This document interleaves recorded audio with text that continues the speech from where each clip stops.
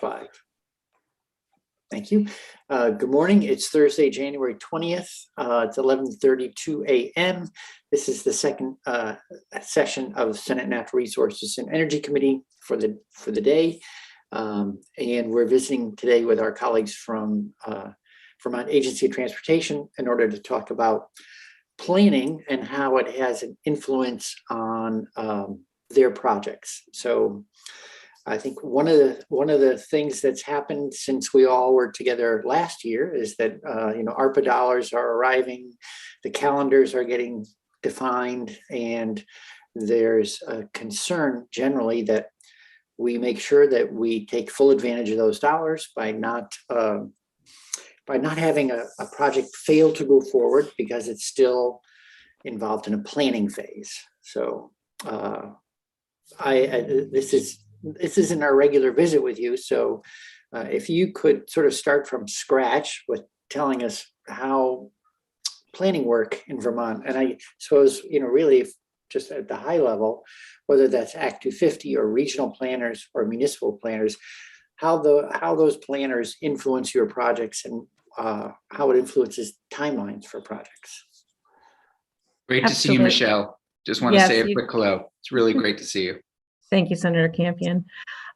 Thank you, Senator Bray. I'm Michelle Boomhauer. I'm the Division Director for Policy Planning and Intermodal Development for the Agency of Transportation. And I'm here today with Andrea Wright, who is our Environmental Policy Manager at the agency. And she's recently replaced Dan Dutcher, who retired, for those of you that have worked with Dan in the past. What I can tell you about the planning process for the agency is we have a very extensive planning process that begins to occur well before we reach the permitting and design and permitting phases for a project. Some of you on the call may know that I worked for about 20 years in regional planning in Lamoille County, and so I have extensive background in the interworkings of the relationship between regional planning commissions, municipal planning commissions and bodies, as well as the Agency of Transportation, and how those three levels of government work collaboratively to evaluate potential transportation projects. And then once projects appear to be moving forward, that there's adequate support and need for those projects, to undertake the planning and community engagement that is required both by our federal funding partners, but also under state statute. So the Agency of Transportation funnels millions of dollars, I will say, annually to both the regional planning commissions and the Chittenden County Metropolitan Planning Organization, their regional planning commission, which receives an even greater extent of federal funding for planning because of their urbanized area status. And so our staff, through our agreements with the regional planning commissions, work with communities to develop their transportation chapter of their local town plan, as well as specialized planning activities for bicycle and pedestrian network plans, any number of transportation asset plans or technical studies that might be needed. These engagement processes undertaken at the local and regional level will feed into our understanding of the needs and impacts that transportation projects will have as they go through these planning phases and become projects that have been identified through a statutorily directed prioritization process, which is the mechanism for how projects come into our capital program. And so by the time they have been programmed to be designed by the agency as implementation projects, they've been subject typically to numerous public engagements relative to their merits, and by assessment of the regional planning bodies, boards of directors and transportation advisory committees who have input into the prioritization process. Then at the agency, we begin sort of a whole nother round of engagement that includes meeting our requirements under the National Environmental Policy Act for all federally funded projects. A NEPA determination is required. And that also includes consultation elements. And typically we have to receive multiple Agency of Natural Resources, sometimes Federal Army Corps permits, and other federal permits may be required for our projects, which also have engagement elements to them. And finally, after we've gone through all those prior efforts, we arrive at Act 250, and there is yet another level of engagement that occurs through Act 250 for anybody who may have not partaken or maybe did partake in the prior opportunities for planning and design and development of a project. So that's the overview. And I don't know if there's a typical or not, but can you say, from start to finish on permitting, not construction, what's that timeline look like? I'm guessing we're talking multiple years, right? It depends. It can be multiple years. For particular projects, we have seen them linger both within the Act 250 framework, sometimes in the A&R process, and sometimes also in the federal NEPA process. So the permitting requirements can be an onerous part of getting a project delivered in a timely manner. Okay. Are you being offered this sort of an unusual, I don't know if it's ARPA money only, but ARPA or other federal money with timeline strings attached, just like our housing colleagues that we've been speaking to in the last day and a half? Yes, let me talk a little bit about our federal infrastructure bill, as well as the ARPA resources. So the Infrastructure Investment and Jobs Act, which was passed this past fall, which is known as the Federal Infrastructure Bill. Within that, the state of Vermont is going to experience a 53% increase in our federal transportation funding for a total of $1.65 billion, which will be used to implement projects. And these funds must be obligated within a 5-year window, which technically commenced at the start of federal fiscal year 22 back in October. And the construction of these projects will have to be, all that are obligated within the 5-year window have to be fully implemented in the 3 years following that final obligation period, or essentially by the end of federal fiscal year 29. I think we're all well aware that Vermont is incredibly reliant on these federal transportation funds to maintain our system, and we benefit extensively from the small state minimum that we receive in federal funds, with approximately $4 coming to Vermont for every $1 of federal gas tax collected in Vermont. So it's not insignificant. Right now, we're facing many factors in addition to those timelines that are going to weigh upon the agency as we move forward over the next years. And that includes experiencing one of the tightest labor markets we've seen in the past few decades. Engineering and contracting firms we typically work with are in the same position. And additionally, they will have opportunity to access a broad range of work, both in Vermont and nearby states, with these bump ups occurring across the nation. These opportunities, combined with inflation and accessibility of commodities, are going to impact our ability to meet the deadlines in terms of delivery of projects.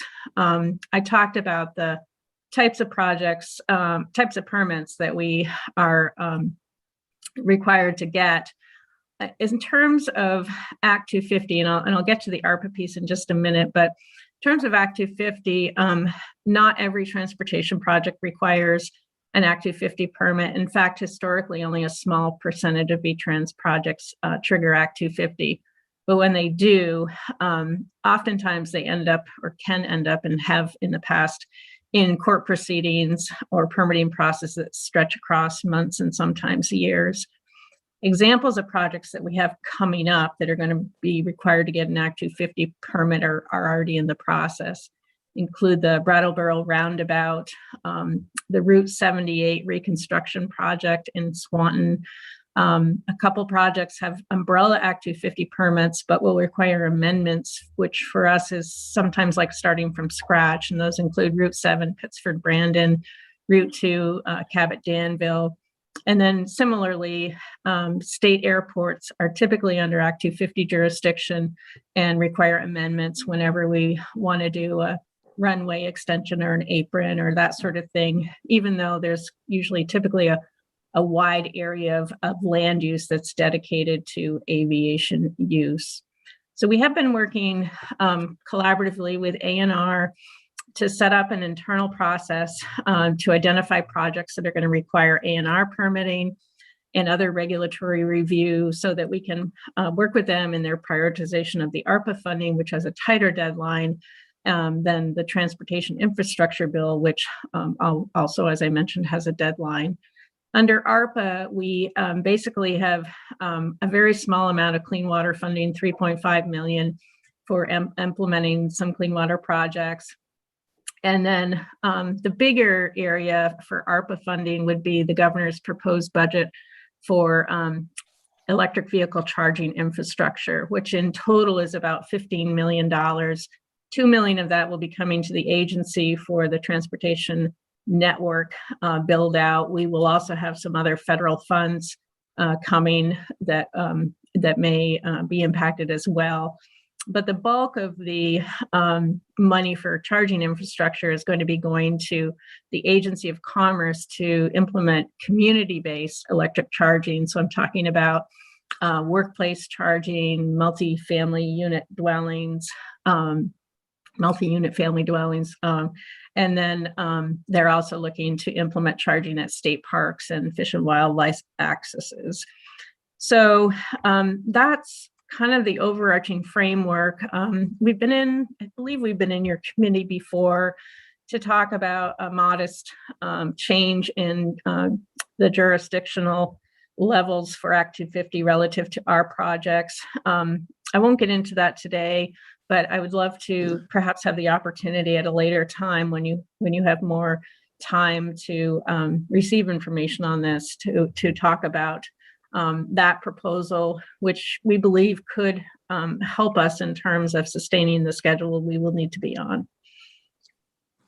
Okay, thank you. I think it seems like last session, maybe it's the one before, we worked some on disentangling NEPA from Act 250, or maybe around railroads, if I'm remembering right, something like that. Yeah, that there was last year, I believe it was, there was a railroad related element in the ANR, one of the ANR permits that we worked on. I'm sorry, it's not coming directly to mind the elements of that, but yeah, that was something we've worked on in the past. Railroads are a little bit different. They do require federal permitting under NEPA and Clean Water Act and that sort of thing. But they, because they enjoy a federal preemption, they are not subject to state permitting. Okay. So I think what would be helpful to us, not necessarily today, but maybe you could send it over, is statutory changes that you would be seeking in order to facilitate timely progress on permitting. And our challenge is always that we want an efficient process, but we don't want to say, oh, well, we're weakening the process. We want good review, but are there things going on that make it less timely than it could be? So for instance, this morning in talking with NRB and ANR, they were talking about processing permits in parallel as opposed to doing everything in a single stepwise sequence, that there may be some times where they can save time by both parties are working while acknowledging that in the end, you'll still need every permit, but you'll shorten up the timeline to get to every permit, kind of thing. Exactly. Mhm. Is that kind of thing apply for you folks as well, that you end up in a stepwise sequence that sometimes feels as though it is unnecessarily slow? If you don't mind, Chair, I would invite Andrea to speak to that because she's been intimately involved in our permitting process historically with the agency. Okay, great, thank you. Yeah, thank you. Can you hear me okay? I'm always Yes. unsure with these headphones. Okay, thanks.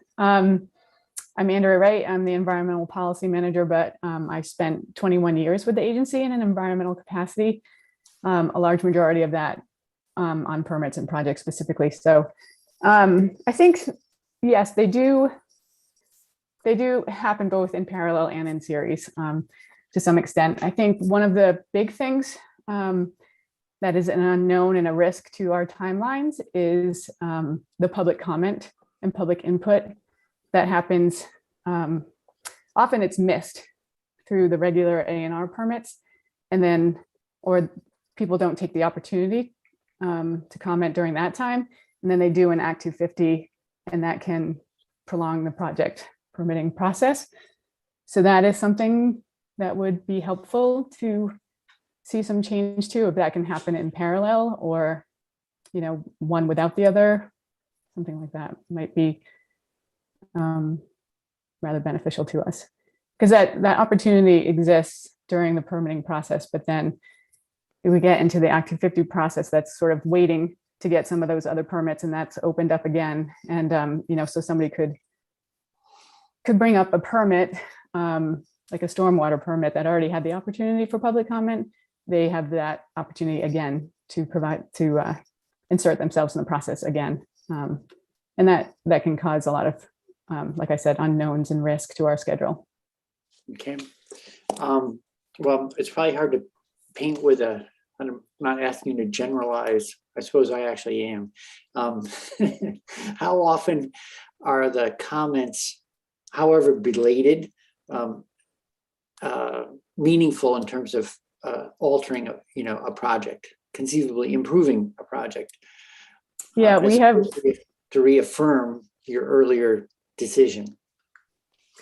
Well, I'll just say that most of the time when we go through the Act 250 process, when we do have appeals and we do have, the process is lengthened, we've done an analysis on many of the projects that have gone through, and we find that the permit conditions that are applied through Act 250 either reiterate conditions that were already in other permits, or they might speak to standards that are design standards that our projects go through without having any permit process. So the design and the impacts, and there is no substantial change based on what Act 250 is offering after that lengthy process. Okay. And so it sounds as though much of what's brought forward in comments is actually already addressed by the time you get to that Act 250 comment period. Does that mean that the comment period and the next step happens relatively quickly, or does that automatically start, I don't know, a 60, 90, 100-day, 120-day clock that just automatically adds time, as opposed to saying, well, actually, here we've thought about this, we have a solution, and it's already in our project? Yeah, and I'm not exactly sure on the timelines or the requirements for those public comment period, to be honest with you, but I think what the issue is that it could have happened earlier in the process through the more relevant permitting process. Excuse me. So if it were brought up and there was an issue or a legitimate concern, that could have been addressed earlier in our process rather than later with Act 250 happening after. Right. So that's more of the concern there. Yeah. Is there, I'm just trying to imagine valid reasons for that final round of review. I'm just wondering if it's not until you've sort of assembled the whole project and talk about it at once that then to take stormwater, that the stormwater situation gets brought back out again. But I can imagine citizens not necessarily following individual permits related to a project, but waiting till they see the whole thing to review the thing as a whole, since they're not experts or something like that. Yeah, I think that could be an advantage to people who are seeking to make comment on a project. But I also think most of those people are pretty engaged in the project and probably likely have an idea of what's going on with permitting all the way through the process. We have substantial outreach, especially on larger, more complex projects. So I think most people that have any kind of concern about the project are in the know, throughout the whole process. Okay, thank you. Mm-hmm. And so for the ARPA timing, which as I understand it is committed by 24, expended by 26. And that seems like, do you have enough projects that ARPA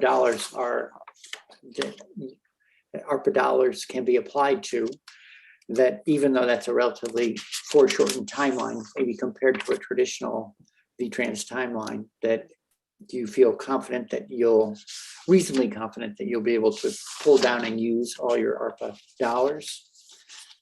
So I think Senator Bray has mentioned the ARPA dollars the agency will be administering are pretty limited. It's the $3.5 million in stormwater money and the $2 million in electric vehicle charging stations. I think the stormwater piece should be pretty straightforward. It's in areas that are already disturbed, probably not going to trigger Act 250 jurisdiction. In all likelihood, there'll be some A&R permits we have to get and that sort of thing. The EV charging stations, on their own, you think about them being placed in a parking lot that already exists, or, at a gas station, that sort of thing. And so on their own, if there's no underlying Act 250 permit for the property, they should be pretty straightforward. If there is an underlying Act 250 permit, depending on how the coordinator evaluates the installation of this facility as being significant or insignificant and triggering, a minor or something, we would hope that this type of installation is not going to have, a lot of significant concerns by adjoiners and that sort of thing. And I think to the extent that we understand that a potential location that we are looking to site a charging station at